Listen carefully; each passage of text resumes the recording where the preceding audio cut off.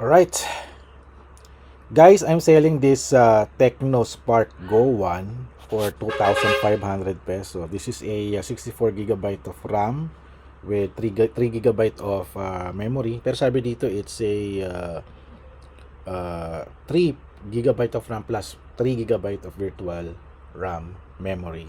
So 6 gigabyte daw siya, yung RAM niya, tapos 64 gigabyte of storage.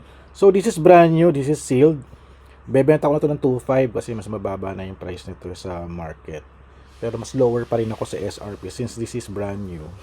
At yun na nga. Glittery white ang color nito. So head over to my threads. Andun kasi yung posting ko nito at mga information. Kasi binebenta ko na nga itong Tecno Spark Go 1 smartphone. This is a review unit pero hindi ko na siya nagawa ng review kasi sobrang busy ko dati. And benta ko na lang to kasi parang 2 years ago pa tong phone na to ata eh. Sobrang tagal na. So, if you're interested, I'm still selling some of these smartphones. On testing pa rin din siya. So, nangyari, may napansin ako ditong sira na hindi siya nagpa-power on. So, yun, i-mark ko na lang siya na disposal. But yung isa is parang ipapa-repair ko na lang siya sa cellphone repair station. No? So, if you're interested to buy this Tecno Spark Go 1. Sayang kasi brand new, sayang oh.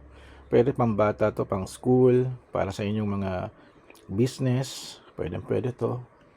Take note, 64 gigabyte of storage lang at 3 gigabyte of RAM memory plus another additional of 3 gigabyte of memory. So, head over to my threads. Same name ko pa rin doon, Pop Azrael. And you can see yung details nito. Kasi doon ako nagbebenta sa threads So, contact me there and follow me. Alright, so that's it for my video for today. I guess I need to do this very regularly. Kasi I need to dispose all of these smartphones, no? Sayang kasi, natatambak lang dito. And I'm making way for a new set of smartphones for review at yung mga nakukuha ko na libre at yung mga pamigay at yung mga nakukuha ko sa raffle. Actually, madami pa dito. So, abangers na lang, no?